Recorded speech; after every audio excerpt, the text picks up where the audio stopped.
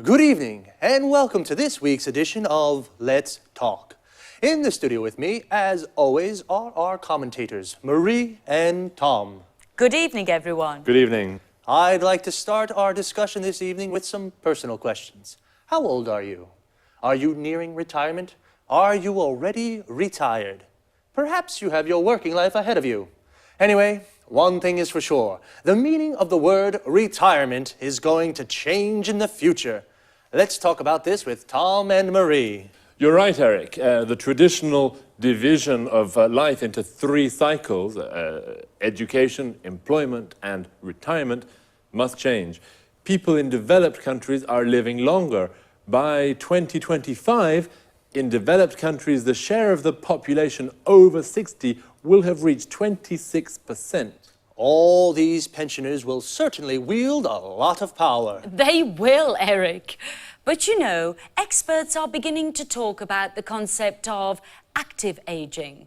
Just think that by 2050, the average lifespan in developed countries will be in the mid-80s. And this increasing longevity is already starting to have a negative impact on public finances, economic growth, and general living standards. The problem is that there is increasing pressure on social security systems and public funds for retirement and healthcare expenses. Economists are increasingly questioning the sustainability of the European social model with its high welfare standards. So, how can we solve this problem? Well, governments really must encourage older people to continue working. There should be... Just a minute, Mary. Sorry to interrupt, but are you really saying that I will have to work until I'm 95? Well, not until 95, perhaps. But as I was saying, there should be programs for lifelong learning to help people learn up-to-date job skills as they get older. People about to retire should plan ahead and find some way of working, maybe a part-time job. Well, some American companies already have phased retirement programs. How do they work? Well, retired employees go to the company website where they can find project work for the company. This may last 2 days or 2 months, and the retired workers can manage their own time and work when and where they want.